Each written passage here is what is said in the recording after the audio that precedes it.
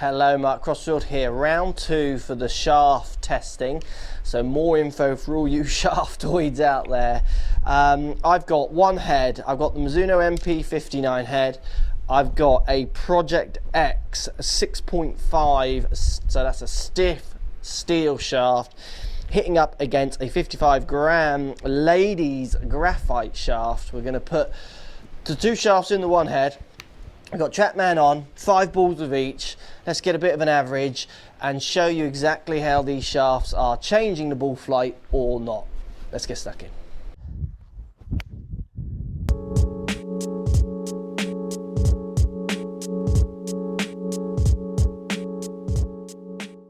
So this is a continuation of another video, or 2 other videos I've done where I talk about if shaft flex makes as much difference as everyone thinks. And there's some interesting comments flying about. So we're just going to do another video to try and hopefully make it a little clearer for everyone. I've got 10 balls, we've got TrackMan on, I've got 2 shafts, 1 head and a key, so we can get 5 of each, and we get a bit of an average between the 2 shafts, and then we'll look at the data together and you can see for yourself what is happening. So let's hit 5 shots with this club. So 59 with the 6.5 Project X to start us off, and then we'll compare it up to the ladies and have a look at the data. So here we go.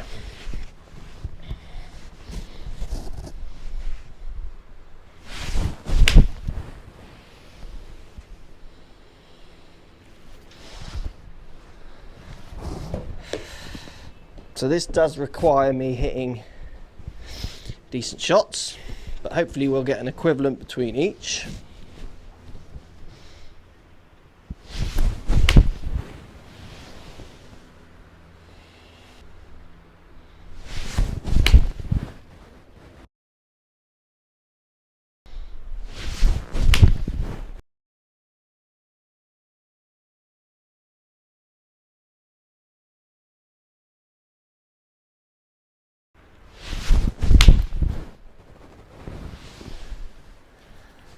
Okay, so that's 5 not bad shots. There was 1 shot in there I didn't quite strike well with the 59 with the 6.5 stiff. So let's switch that over now then.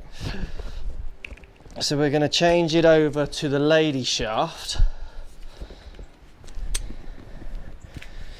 So this is now a ladies graphite shaft. We're going to hit another 5 balls. And then we're going to look at the data afterwards, and you can choose for yourself to believe what you want to believe relative to shaft. So let's give it another hit then. This is the same head, 59 now, with the ladies graphite 55 gram shaft. Here we go, 5 shots with this one.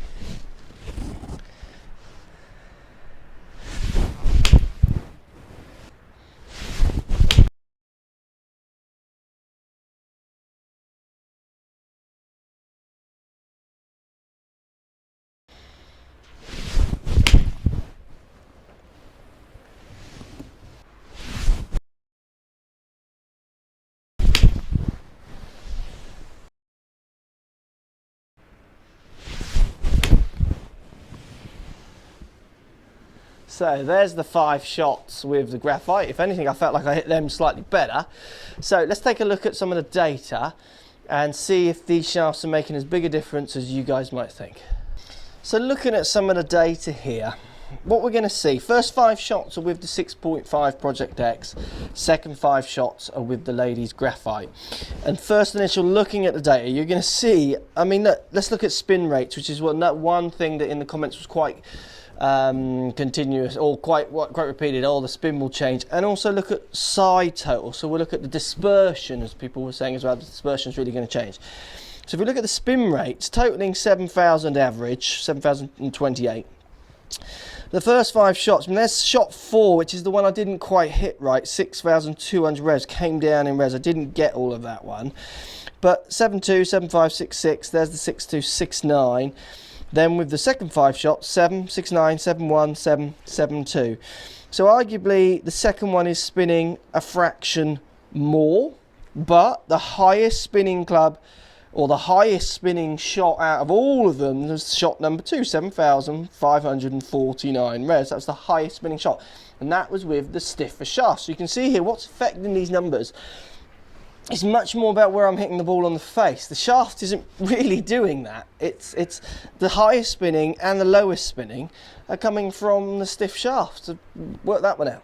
You know, where's the logic in the spin rates with the shaft? Surely when we go from such extremes, we should see bigger changes in the numbers.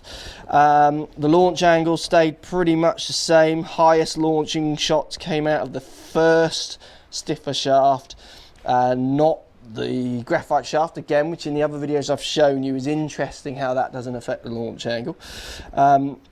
Then if we go to side total, well, if we look at side totals, my furthest left shot was with the flexi shaft, so there's your dispersion argument.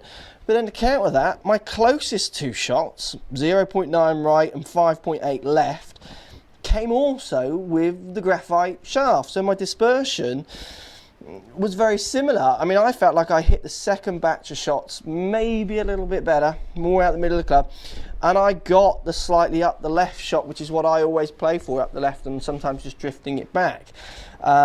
Where with the stiffer shaft, I was getting more lefts and right. So if we take that onto an average, and this is where I think people get confused, if we look at the first 5, it's saying my average is 3.7 left. If we look at the second 5, it's saying I'm 13.3 left. So the dispersion is better with the stiffer shaft. Well, drill down a bit deeper. Look, what's happening with the graphite shaft is I've only got one right. There's more lefts, which is my desired shot to come in from the left. Where with the stiffer shaft, I've actually got lefts and rights, which is then what's averaging that down. So I've got 20 right, where my highest was 26 left, nothing right with the graphite. But then I've got nothing as close as I got with the last two shots in the graphite shaft. First one, 6.8 right, which is not as close as the two others. So dispersion, if you look at the averages, yes, the dispersion's low, but that's just because I was hitting it left and right. Again, that's my performance rather than the shaft. So for me, these are interesting numbers. You can see the club head speed didn't really change, 85.7, 84.7, so 1 mile an hour difference between the two shafts, which is interesting. Angle of attack 2.7 down, 1.9 down. Again, that's me, that's not really the shaft doing that. Launch angle 16.2 and 60.2 with the stiffer shaft. So you can see the numbers are really, really similar. Look guys, I'm not saying shaft flex doesn't make a difference. I'm hitting the ball very close to the middle most times. My strike is pretty good. If I do this test and hit the ball all over the face, then the less stiff shaft, the flexor shaft, will create more dispersion, which is what you will find on your fittings possibly. So I'm not saying shaft flex doesn't matter. It does matter. But I'm saying it's a much smaller denominator down the list of things you need to be getting right than people talk about. Certainly online talk about how important this one is and X one is and that one is and all the rest of it. If you're not hitting the ball out the middle of the club enough, then these numbers are irrelevant. All bets are off because these numbers will skew subject to your strike. So shaft flex, it does make a difference, but I would say it's a much smaller percentage or much smaller denominator than lots of people are giving it credit. Lots of people are looking for shaft for their answers. I get loads of people come for custom fittings saying, oh, I'm not hitting this driver very well, I think I need a new shaft in it. They're hitting 8 across and 4 down.